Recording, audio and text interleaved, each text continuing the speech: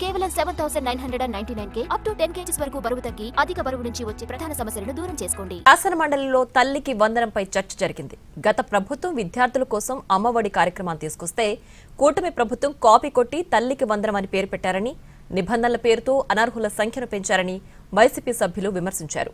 అయితే అమ్మఒడి పథకం ఇప్పుడు లేదని, తల్లికి వందనం మాత్రమే ఉందని మంత్రి లోకేష్ అన్నారు. క్లారిటీగా తెలుసుకుని మాట్లాడాలని కౌంటర్ ఇచ్చారు. మొదటిగా మా నాయకుడు అమ్మఒడి అనే కార్యక్రమం ఏర్పాటు చేసి నెలకు 15,000 ఇచ్చిన మా నాయకుడికి ధన్యవాదాలు తెలియజేస్తున్న అధ్యక్ష. ఎంతోమంది ముఖ్యమంత్రులు వచ్చినా ఇటువంటి పథకాలు పెట్టాలి, పేద విద్యార్థులకు సాయం చేయాలనేసి ఎక్కడ రాలేదు అధ్యక్ష. కానీ మా నాయకుడికి వచ్చింది కాబట్టి ఇప్పుడు ఈ కూటమి ప్రభుత్వం పేరు మార్చుకొని తల్లికి వందనం అని చెప్పి ఎలక్షన్ల ముందు ఎంతమంది పిల్లలు ఉంటే అంతమందికి ఇస్తారని చెప్పేసి ఈ రోజు చాలా మంది కొరత పెట్టింది మనకందరికి తెలిసింది అధ్యక్ష.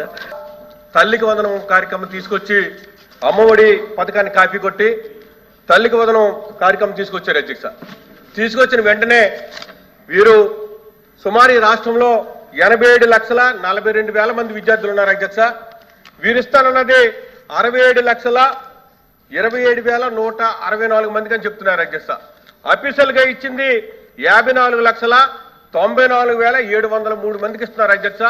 అందులోనూ మొదటి సంవత్సరం ఎగ్గొట్టారు అధ్యక్ష, రెండో సంవత్సరం అరకొరగా ఇస్తున్నారు అధ్యక్ష. గౌరవ సభ్యులు ఏమన్నారు, పాఠశాలలకు వెళ్ళాను, అక్కడ అమ్మఒడి ఎంతమందికి వస్తుందని అడిగారంట. ఆ ప్రోగ్రామే లేదు. ఇప్పుడు తల్లికి వందనం ఆబ్వియస్లీ అక్కడ రాలేదని అంటారు. ముందర తెలుసుకోమని చెప్పమని నేను కోరుతున్నా. నంబర్ 1. నంబర్ 2, ఈరోజు ఇద్దరు మాట్లాడారు అధ్యక్ష. ఒకరు రమేష్ గారు మాట్లాడారు, ఇంకోటి ఇజ్రాయెల్ గారు మాట్లాడారు. ఒక ఆయనేమో 63 లక్షల మందికి వచ్చిందంటారు, ఇంకొక ఆయనేమో 57 లక్షల మందికి వచ్చిందంట. ముందర మీరు క్లారిటీ తెచ్చుకోండి ఎంతమందికి వచ్చింది. మీకే క్లారిటీ లేదు. మీ పార్టీలో ఇద్దరు సభ్యులు మాడితే ఒక్కొక్కరు ఒక నంబర్ చెప్తారు. నంబర్ మొట్టమొదటిగా మా నాయకుడు